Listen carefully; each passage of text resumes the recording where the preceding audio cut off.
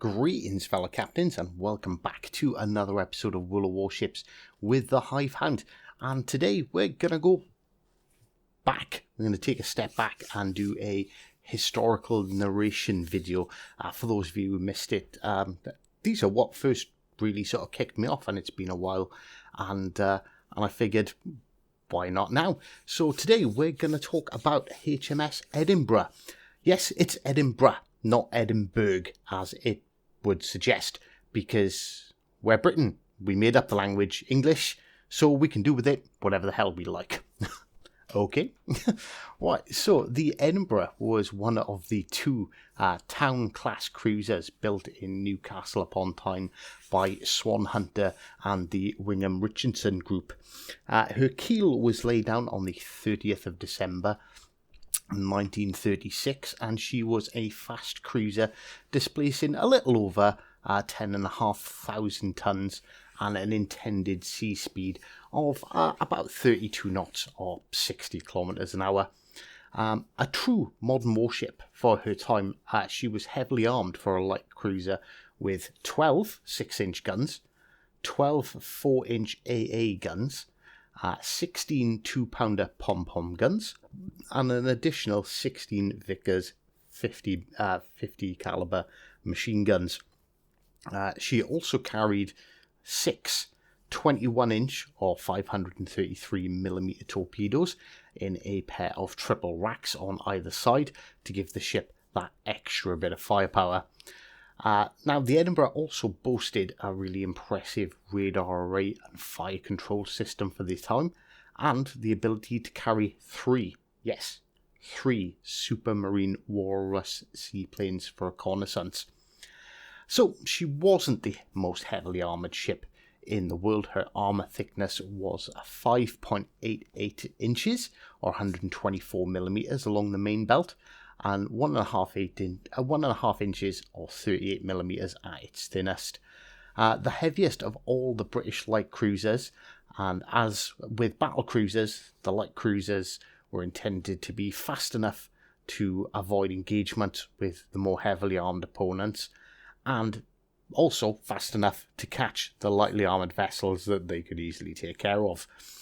So this negated the need for immensely thick armour that was found on the battleships of the day. So the Edinburgh got her official launch on the 31st of March 1938 and was commissioned in July of 1939 and was immediately attached to the 18th Cruiser Squadron up in Scapa Flow in Scotland as part of the Home Fleet. For a time she was assigned to patrol between Iceland and the Faroe Islands, but in 1939 she was transferred to the 2nd Cruiser Squadron, serving with Humble Force. However, the Edinburgh was still in the dock when the Luftwaffe made their first raid on the Rosyth Naval Base on the 16th of October. Due to the combined efforts of the Edinburgh, Southampton and Mohawk, she sustained very minor damage and no direct hits.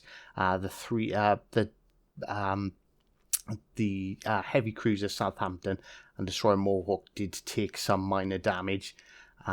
16 Royal Navy crew members died and a 44 were injured in the raid. She later left Rosyth on the 23rd of October on escort duties with a convoy heading for Narvik in Norway, where the armed merchant cruiser, the Rahulpindi armed merchant cruiser is the most bizarre term I've ever used for that ship. Basically, it was a regular ship with a couple of guns bolted to its deck. Its story was covered in the Scharnhorst historic video that we done a little while back. So after the armed merchant cruiser, it says Rahulpindi was attacked. It wasn't attacked, it made a massive stand against the Gneisenauer and the Scharnhorst, and the Gneisenauer and Scharnhorst made very, very short work of it.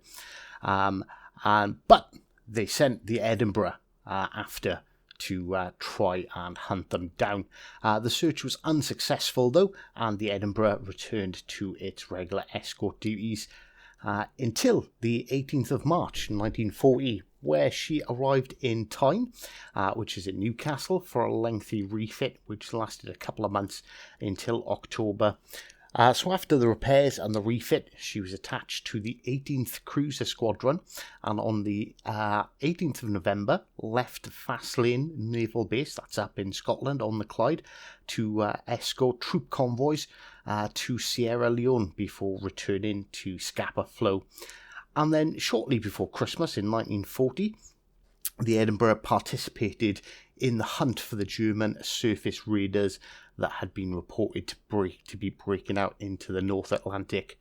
The force consisted of the battlecruiser Hood, HMS Edinburgh, and the destroyers Electra, Echo, Escapade, and the shortly coming to World of Warships legends, the Cossack.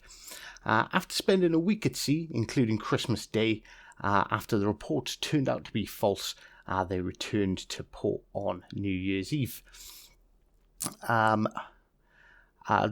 Pretty much uneventful after that.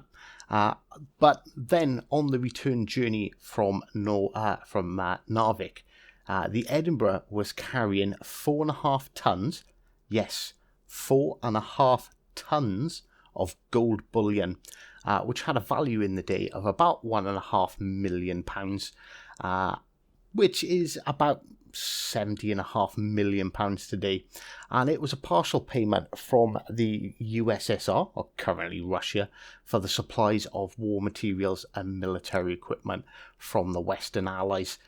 So in total, she had 465 gold ingots stored in the bomb room, just behind where she got hit by a torpedo from U-456 on her travels back. So the Edinburgh began to list quite heavily, and the crew quickly reacted and quickly and competently closing the watertight bulkheads and protecting the ship from sinking immediately.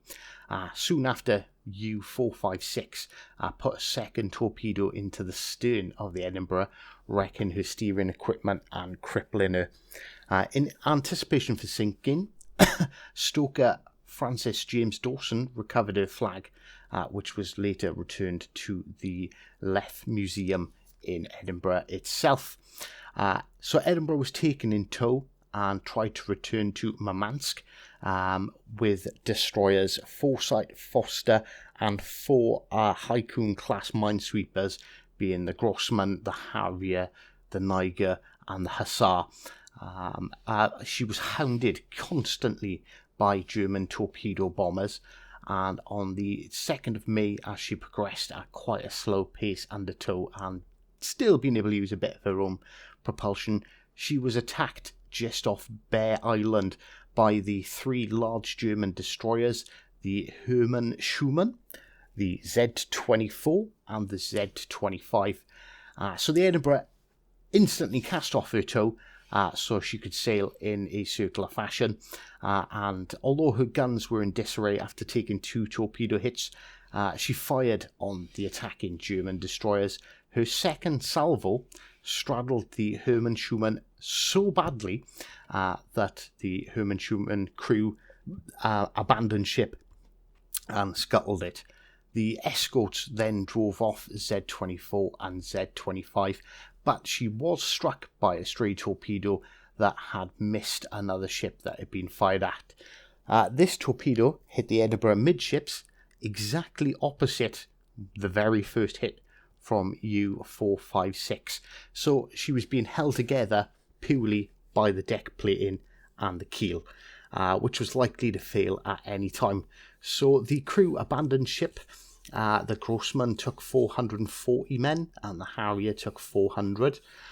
2 officers and 56 other ranks were unfortunately killed during the attack. The vigorous actions of the minesweepers led the Germans to mistake the power of force they were facing was much larger. So, Harrier tried to scuttle the Edinburgh. So, taking into account the Edinburgh has taken 3 torpedo hits, 2 exactly opposite sides.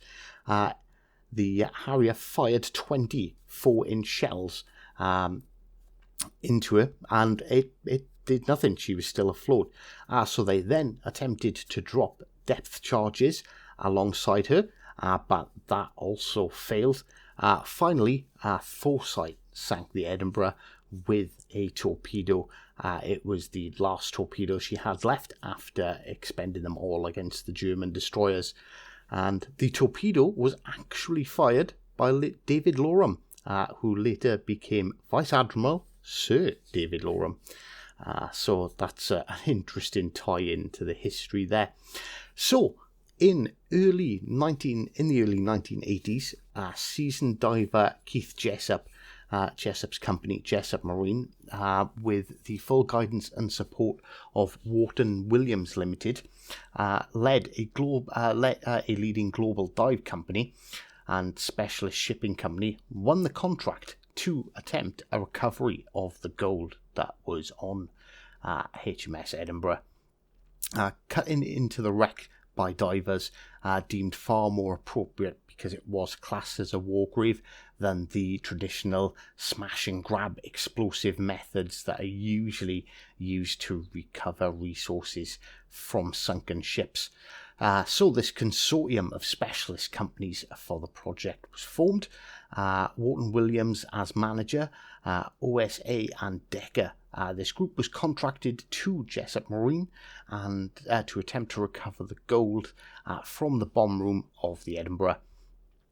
So in April 1981, the survey ship D'Amato set off with Decker surveyors, and they embarked in the direction of the former Royal Navy surveyor officer John Clark and began to search for the wreck in the Barnett Sea.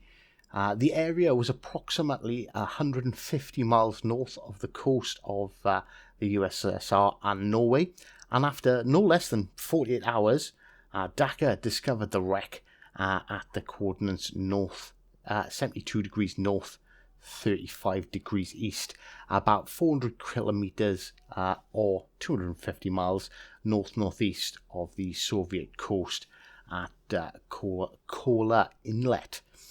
It was at a depth of 245 meters or 800 feet, and after deploying a Scorpio ROV, Dartmoor took detailed films of the wreck, which allowed Wharton Williams and OSA to evaluate the recovery project.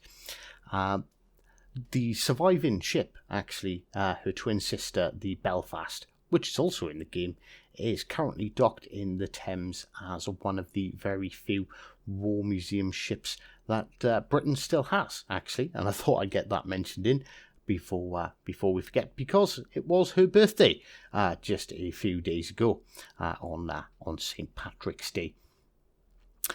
So they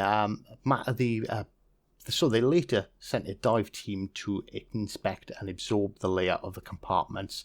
So they used the Belfast to inspect and absorb the layout of the compartments surrounding the bomb room and the scale of the challenge of cutting into a ship that's 800 feet below water and in a very remote and potentially hostile location. Remember, this is the 80s. Russia weren't our friends anymore. So later that year, on the 30th of August, the OSA dive support vessel Stephaturum steamed to the site from Peterhead, and the diving operation began under the leadership of former Royal Navy Clearance Diving Officer Mike Stewart. And on the 15th of September 1981, diver John Rosser found the first gold bar. By the 7th of October, when bad weather finally forced them to cease diving operations, 431 out of the 465 gold ingots had been recovered, and at the time, so this is back in 1980, the haul was worth in excess of £40 million. The Bullion Recovery Project created a world record for deep diving, which stands still to this day. A further 29 of the bars was recovered in 1986 by the consortium, bringing the total to 460 of the 465 gold bars recovered, leaving just 5 unaccounted for. So that was the story of the of HMS Edinburgh. We'll probably have a couple of pictures running in the background. So I hope you enjoyed this video. If you want to see me start bringing a few more of the historical narration videos back, then please let us know in the comments. If you're still here after all this time, obviously drop us a like and consider subscribing to the channel. And well, until next time, take care.